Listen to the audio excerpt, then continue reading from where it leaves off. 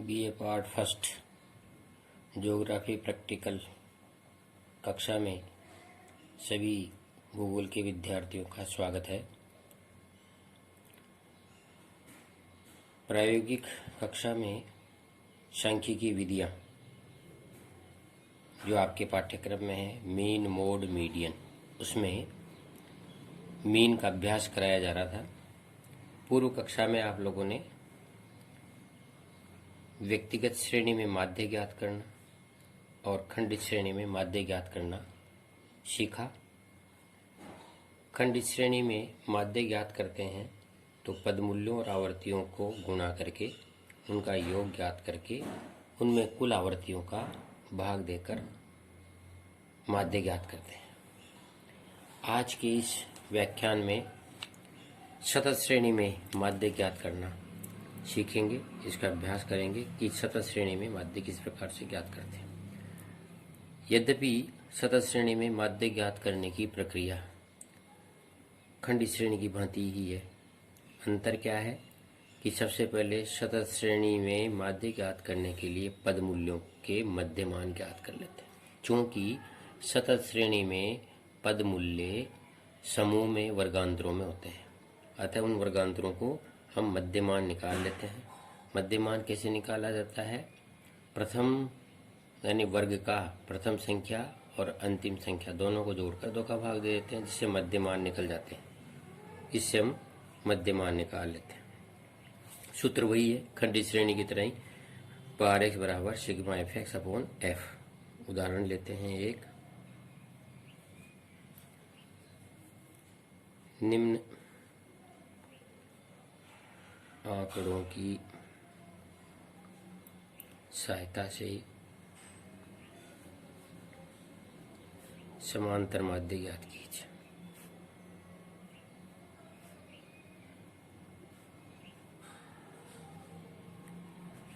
ये है x और ये है f। इसमें 10, 0 से 10, 10 से 20, 20 से 30, 30 से 40, 40 से 50, 50 से 60, 60 से 70 और 70 से अधिक या 70 से 80। फ्रीक्वेंसी है 8, 5, 7, 3, 4, 5, 3, 2, 8, 7, 15, 10, 25 और 9, 34 और 5, 39, ये 40। सिग्मा एफ 40 है। अब ये है सतत श्रेणी, वर्ग दिए हुए हैं पदमूल्य 0 से 10, 10 से 20, 20 से 30 यानी वर्गांतरों में। अब इसका हम समांतर माध्य ज्ञात करेंगे तो पहले मध्यमान निकालेंगे। ये वर्गांतर है तो इसको x में बदल देंगे। ये वर्गांतर x में बदलेंगे यानी मध्यमान। ये कॉलम मध्यमान का है। तो 0 और 10 को जोड़ा 10, इसमें 2 का भाग दिया 5। 10 और 20 जोड़ा 30, 30 में 2 का भाग दिया 15। 30 और 20 50, उसका 2 का भाग दिया 25। 40 और 30 70, 2 का भाग दिया 35। 40 और 50 90, 2 का भाग दिया 45। 50 40 110, 2 का भाग दिया 55। 60 70 130, 2 का भाग दिया 65। 70 और 80 150, 2 का भाग दिया 75। ये हो गए x। अब सूत्र के अनुसार हमको एफ एक्स ज्ञात करना है। 8 5 40, 15 5 75, 25 7 175, 35 3 105, 45 चौके 180, 55 55 110, 110 330, 56 30 3, 56 30 और 3 33, 330। 65 दोने 130 और 65 195 और 150। एफ एक्स आ गया। इसका कर लेंगे सिग्मा एफ एक्स जोड़ करके 10 15 20 2 7 और 12 19 और 8 27 और 7 34 और 7 41 4 45 4 1 5 6 3 9 और 1 10 और 2 12। इसका योग आया 1250। सूत्र में रखने पर बार एक बराबर sigma F x upon sigma F, तो बार एक्स बराबर हो गया ये 1250 सिग्मा एफ एक्स और सिग्मा एफ 40, तो बार एक्स बराबर 0 से 0 गया। 4 3 12, 4 एकम 4, 4 दूनी 8 और 4 पंजे 20, ये आया 31.25। इस तरह से हम सतत श्रेणी में माध्य ज्ञात कर लेते हैं। अंतर कितना सा है कि केवल वो सारी प्रक्रिया खंडित श्रेणी की तरह ही होता है, केवल हम वर्गांतर के मध्यमान निकाल लेते हैं। एक उदाहरण और लेते हैं, उदाहरण 2। निम्न समंक श्रेणी का समांतर माध्य ज्ञात करो। उदाहरण है, ये है वर्गांतर और ये आवर्ती। 0 से 4, 4 से 8, 8 से 12, 12 से 16, 16 से 20, 20 से 24, 24 से 28। आवृत्तियाँ हैं 5, 7, 10, 6, 4, 7 5 12 और 10 22, 10 32 और 32 और 6 38, 38 और 2 40।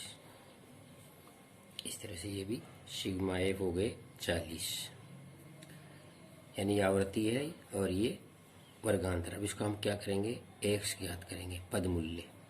0 और 4 को जोड़ा तो कितना आया 4 और 2 का भाग दिया तो 2, 4 और 8 12 का 2 का भाग दिया 6, 12 8 20 2 का भाग दिया 10, 12 और 16 28 2 का भाग दिया 14, 14 और 16 और 20 36 2 का भाग दिया 18, 24 और 20 44 2 का भाग दिया 22, 28 24 62 2 का भाग दिया नहीं 8 4 12 52, 52 26। अब सिग्मा पहले एफ एक्स याद करेंगे। 5 दूनी 10, 7 छक्के 42, 10 10 20, 16 और 6 20, नहीं 5 दूनी 10, 7 छक्के 42, 10 दया 100, 4 छक्के 42, 18 चौक 72, 112, 6 दूनी 12 1, 6 दूनी 12 1 13, 132 आएंगे। 22 दिया 66, 66 का 120 132 और ये 26 दूनी 52। सिग्मा एफ एक्स 2 2 4 2 6 2 8 और 10 10 की 0 का 1 6 3 9 और 7 16 और 4 20 और 5 25, 2 और 1 3 और 1 4, 450। अब इसको सूत्र में रखने पर सिग्मा एफ एक्स बटे सिग्मा एफ बार एक्स बराबर 450 बटे 40, बार एक्स बराबर हो गए 0 से 0 कट गई, 4 एकम 4, 11 चौक 44 और 11.25 आंसर आ गया। इस तरह से हम सतत श्रेणी में समांतर माध्य ज्ञात कर सकते हैं। जो भी सतत श्रेणी में वर्गांतर दिए हुए हैं, इन वर्गांतरों के हम मध्य मूल्य निकाल लेते हैं। जैसा कि यहाँ निकाला, 0 से 0 और 4 को जोड़ा, 4 2 का भाग दिया 2, 4 8 12 में 2 का भाग दिया 6, 8 और 12 20, 20 में 2 का भाग दिया 10, 12 और 16 28, 2 का भाग दिया 14, 16 और 20 36, 2 का भाग दिया 18, 20 और 24 44, 2 का भाग दिया 22, 24 28 52, 2 का भाग दिया 26।